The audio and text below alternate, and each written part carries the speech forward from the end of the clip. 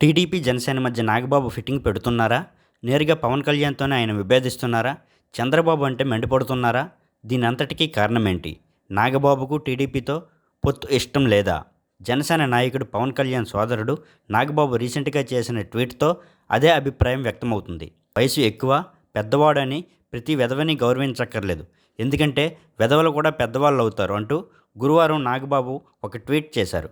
ఈ ట్వీట్ చంద్రబాబును ఉద్దేశించి చేశారని టీడీపీ శ్రేణులు మండిపడుతున్నారు. నాగబాబు అనకాపల్లి టికెట్ ఆశించారని, కానీ ఆ టికెట్ తెలుగుదేశం పార్టీకి కేటాయించడంతో నాగబాబు అసంతృప్తితో ఇలాంటి వ్యాఖ్యలు చేస్తున్నారని టీడీపీ వర్గాలు అంటున్నాయి. నాగబాబుకు గెలిచే సత్తా లేదని తెలిసే ఆయనకు టికెట్ రాలేదని అంటున్నారు. అయితే నాగబాబు మాత్రం తన టికెట్ కోసం తన తమ్ముడు జనసేన అధినేత పవన్ కళ్యాణ్ ఏమాత్రం పట్టుపట్టలేనట్లుగా కోపంతో ఉన్నాడట.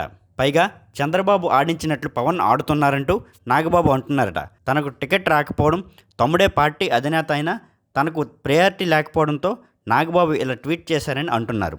అయితే జనసేన నాయకులు, కార్యకర్తలు మాత్రం నాగబాబు చంద్రబాబును ఉద్దేశించి ఈ ట్వీట్ చేయలేదని, చేగొండి హరిరామజోగయ్య, ముద్రగడ పద్మనాభం వంటి వాళ్ళని ఉద్దేశించి చేసి ఉంటారని అంటున్నారు.